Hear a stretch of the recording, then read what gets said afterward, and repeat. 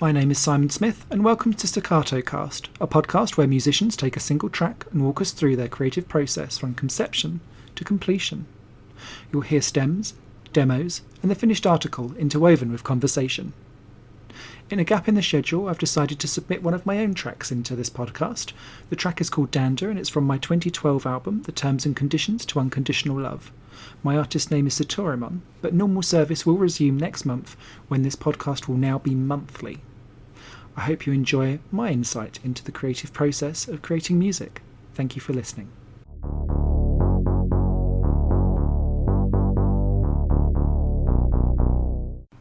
So Dander for me started back in 2008. I had come out of a 3-year relationship and wasn't necessarily in a good place, and I was quite frustrated about a lot of things that were going on in the way how I was interacting with other humans, be that on a romantic level or a professional level or just on a friendship basis.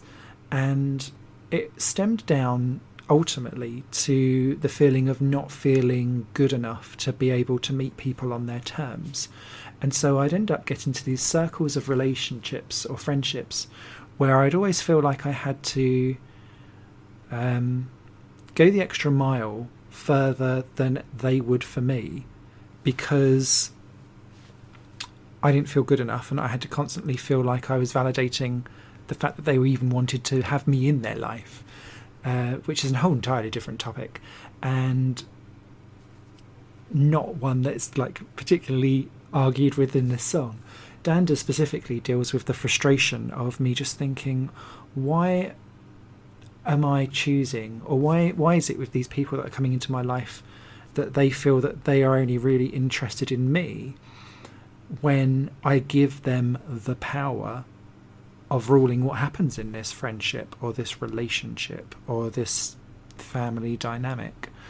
And I was constantly building up more and more frustration over the point that I seemed to be in these places where I could only lose.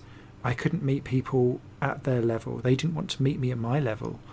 They would go out of their way to manipulate or nudge me in certain directions for either lifestyle choices or just like really, really simple things like, I don't think that you should see that person anymore because that kind of thing. And I wouldn't like say it was verging on like domestic violence or that kind of stuff, but it was very much around a constant battle of not being confident in myself, not loving myself enough, and not knowing who I was as a person to be able to stand up to that. And ultimately, at the end of this relationship at 2008, I'd found the confidence because I'd been that fucked off about it that I'd riled myself up to the point where I was like, no, I'm going to stand up for myself. I'm going to do this. And I done it. But it resulted in the end of the relationship. And so once I'd done that, I spent a lot of time throughout 2009 into 2010 discovering who actually I was as a person on my own and thoroughly enjoying myself, actually. And it stood as the basis for kind of where I am now in life. I'm thankful that I've been able to do that. And then when it came to 2010, I thought, right, now it's time for it again. Let's have a go at relationships. And I dived into one, and it didn't take me long to start slipping back into old habits of, am I good enough? Why does this person want to be with me? They're out of my league. You are nothing. You are shit. You are terrible. And there's 2 layers to Dander as a song, and indeed the whole album that this comes from, which is The Terms and Conditions to Unconditional Love, which kind of says it all in a nutshell for me. It's so the 2 levels are, one, the lyrics throughout this song spit violent bile at whoever they're aimed at, purely down to the frustration of what I'm feeling at the time, and the awkwardness and the uncomfortableness and the push and willing to change, just so that if you would not necessarily validate me, but just say, do you know what, I'm with you for being with you, because I want to be with you. Stop beating yourself up and trying to perform all of these miracles because I don't need it, because I want you. And I think a lot of the communication that didn't happen in these relationships could have been dealt with like that single sentence, and I'd have been fine. I think I'd have rested and that would have been that. But then you've got a second layer of actually, it's almost like the mini me in myself is shouting this abuse back at myself as well, because it full well knows that it can take me down, it can knock down my confidence, it can throw me off my guard. And so there's like two men with the pickaxes chipping away at everything that you are. And I wanted to then push that into a song. And essentially the first relationship that I'd had, that I thought, right, this is going to work because we're coming at it together from our own levels, but we're meeting in the middle and we understand why we want to be with each other, ended up being a complete clusterfuck.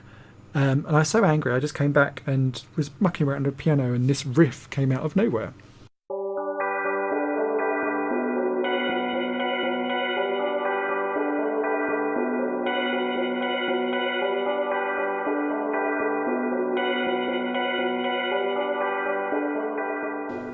And it was one of those riffs that when you play it, you can proper smash the keys on the piano or the keyboard and get out so much frustration. It was great.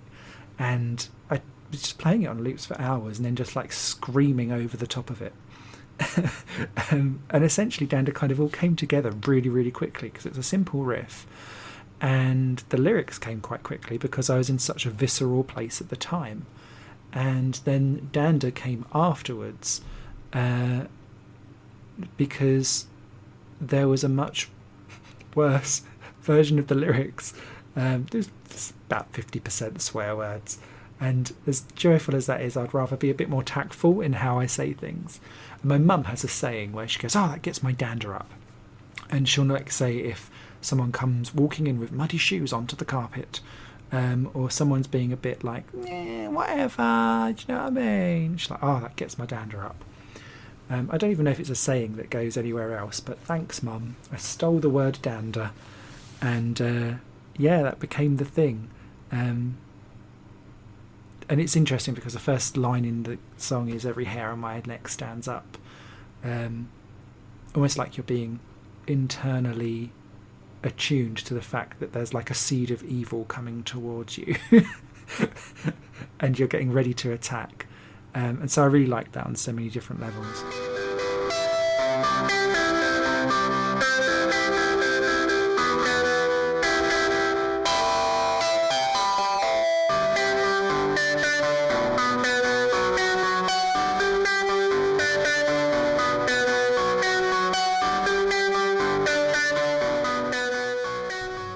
So now that I'd got like the seed of evil inside, and I'd got these photos of people who had really pissed me off, and I'd pissed myself off and off, it let me get into the root of finding out what the drive for Dander was.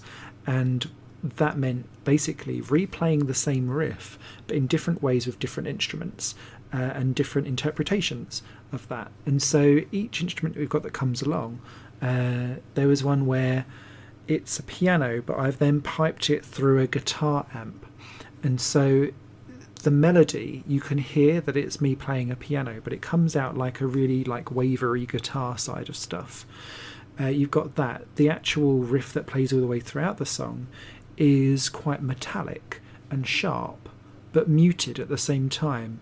And that to me was always like the pickaxe of my own mind chipping away, just going, I'm still here, I'm still going to piss you off, you're still not good enough. And so making sure that that was there constantly throughout was key for me personally. And then when I'd done that, it felt kind of one note, and I was like, right, we're thrashing towards like the song, but actually as a soundscape it doesn't feel nearly dynamic enough for me. And I'm a big lover of chiptune music, and what I wanted to do was to take the essential, there's a cover from Tori Amos called If 6 Was 9, and that's kind of the noise that I was going for with the piano keyboard hybrid. And then I wanted to bring in like a chiptune-esque element to give it brightness, because otherwise it just becomes a dirge of I hate everyone, you all need to die. And so this chiptune side of stuff was really great.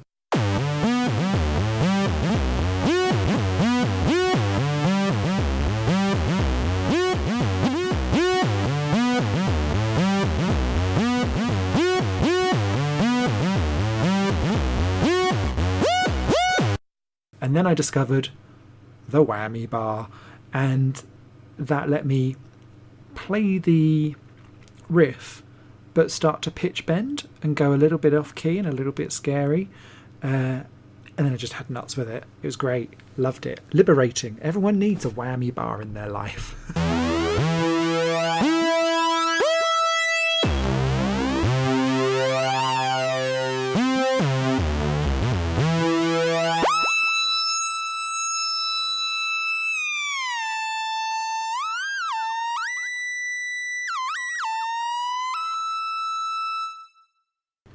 And so from there, I went a little bit more like, wow, stick the electronics in it.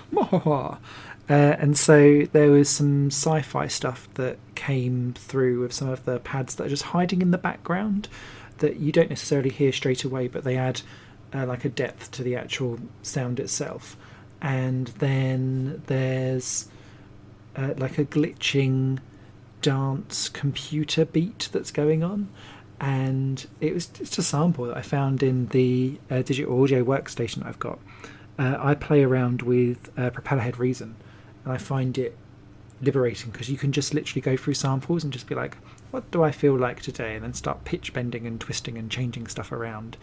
And this was my first album where I was doing stuff at home by myself, because my first album that I'd done, I took all of the instruments into a studio, but I didn't have the budget to do it. I was a one-man band, and I regret so much that I went in and was like, I've got one take to do everything. And so there's mistakes, there's bum notes, there's me smashing bits in the wrong places. And with Here, there's a little bit of ramshackleness in the songs that are there, but you're able to control so much at home, and you're able to sit there and be like, right, how does point A verse point B? And this was one of those moments where actually adding in all of this extra textural stuff that's behind the scenes really worked out for me and makes the song ping for me in the way that I wanted it to.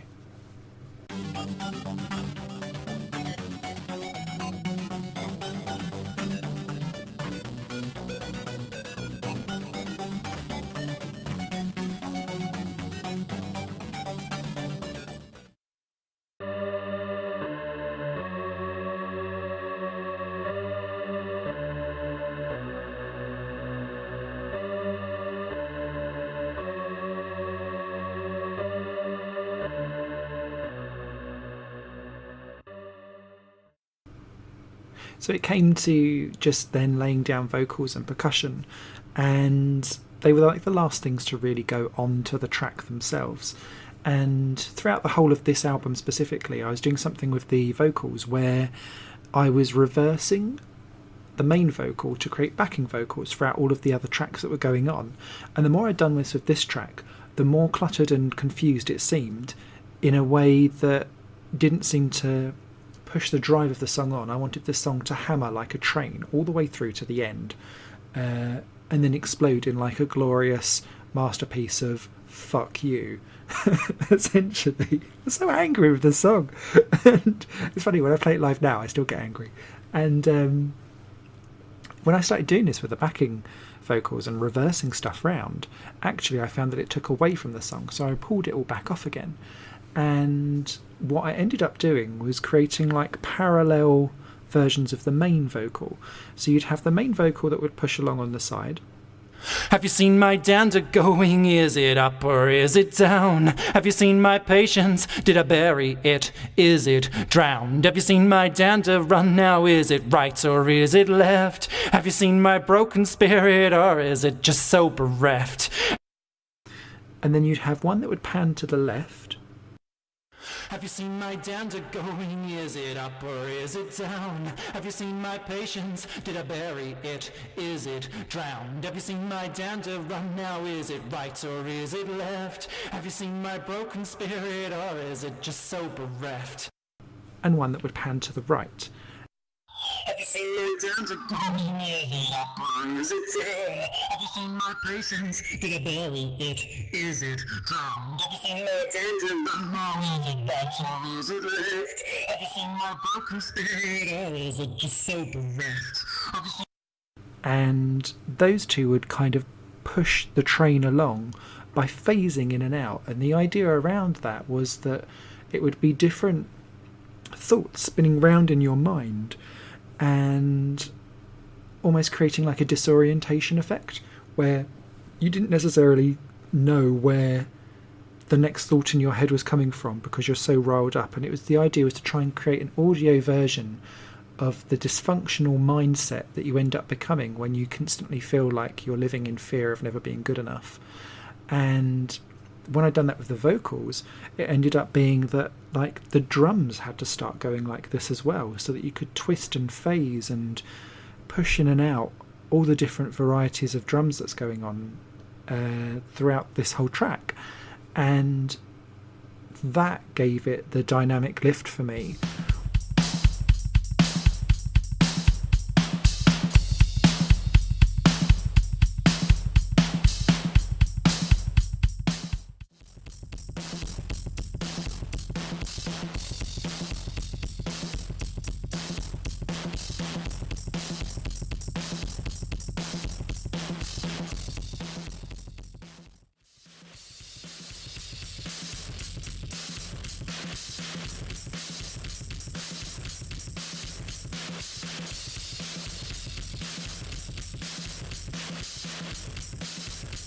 Where a lot of people criticise the album as a whole for the way how I produced it, but I wanted to produce it in a way where it was visceral and harsh to the ear because I was in a harsh place in life, and I wanted people to feel the scratches that I'm doing against the wall, metaphorically, just going like, let me out of this horrible cage.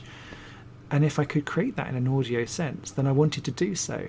Now, as a result, a lot of people are like, oh, some of this music feels a bit imbalanced, and this, that, and the other. And maybe I should do like a properly mixed version in the future. But for now, I'm still amazingly happy with how this turns out because it becomes a specific experience that I don't think many people go for these days. And that makes me proud. And now, listen to Dander by Sitorimon in full.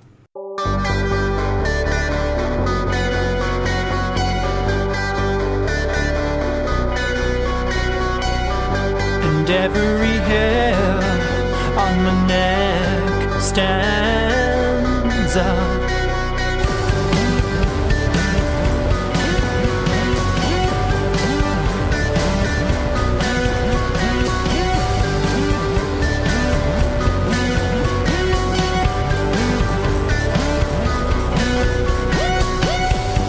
Trace the eye lines between each moment that we share. You could orienteer all those peaks and troughs of the evasive stairs.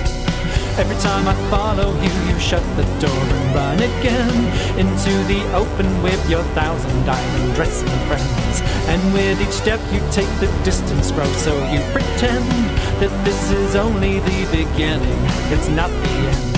Have you seen my dander going? Is it up or is it down? Have you seen my patience? Did I bury it or is it drowned? Have you seen my dander going? Is it right or is it left?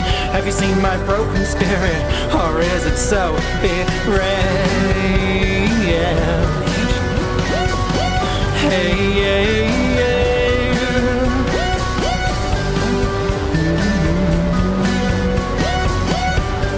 Hey, and when I pass my tongue through your tombstone teeth, it tastes of emptiness. Each time you down an emotional core, I think of you a little less. I will stop and lock my heart before you burn it all away. Pull the plug on all these tears with vines, eternal flail and flame. I gave you all I had with napkins, cherries, a serving tray. But you're so dead inside behind your very public display. Have you seen my dander going? Is it up or is it down? Have you seen my temper soaring, my thoughts spinning round and round? Have you seen my dander run now? Is it right? Is it left? Have you seen the damage done? It's just a sorry mess. Hey, yeah.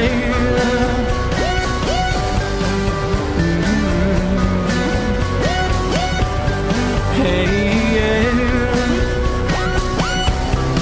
All I need is a connection to last me through the day. Just some spark of life, not somebody whose ether is slowly ebbing away.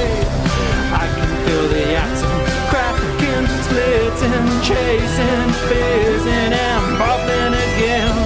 If you don't grow some soon, I'm going to go completely insane.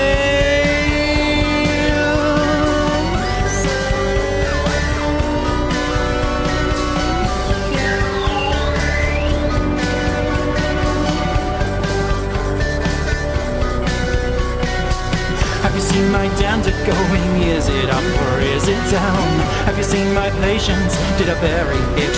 Is it drowned? Have you seen my dander run now? Is it right or is it left? Have you seen my broken spirit or is it just so bereft?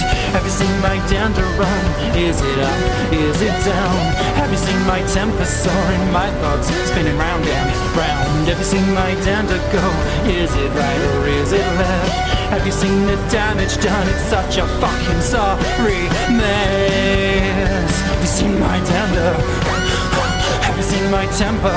Have you seen my temper? Hey, hey, hey, hey, hey, hey, yeah, yeah.